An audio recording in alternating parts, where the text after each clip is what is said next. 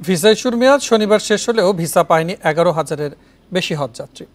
তবে হজ এজেন্সিদের সংগঠন হাব বলছে, সৌদি আরব সময় না বাড়ালেও ই ভিসা পদ্ধতি চালু রয়েছে।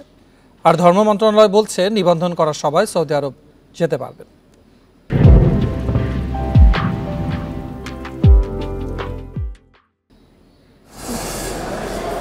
হজ চুক্তি অনুযায়ী 29 এপ্রিলের মধ্যে ভিসা প্রক্রিয়া শেষ করতে বলেছিল সৌদি আরব, কিন্তু বাড়ি ভাড়া সহ আনুষঙ্গিক কাজ শেষ না হয় মেয়াদ বাড়ানো হয় আরও 2 দফা।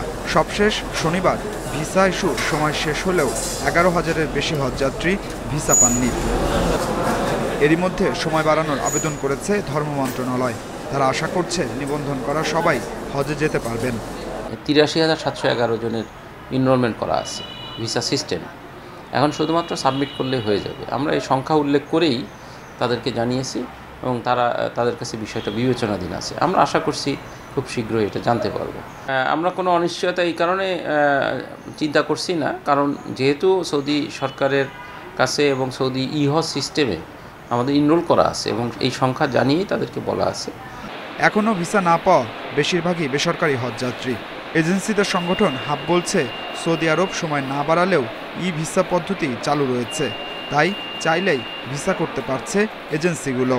অন্যান্য বছর কিন্তু হজ ফ্লাইট শেষ হওয়ার 1 সপ্তাহ আগ পর্যন্ত ভিসা ইস্যু চলমান থাকে। এবছর হয়তো একটু আগে বন্ধ করার একটা সিদ্ধান্ত নিয়েছিল সৌদি সরকার, তবে এখনো এই ভিসা আর সিস্টেমটি কিন্তু চালু আছে। ভিসা ইস্যু হচ্ছে, এটা বন্ধ হয় নাই। সো আমাদের ভিসা করতে কোনো সমস্যা নাই।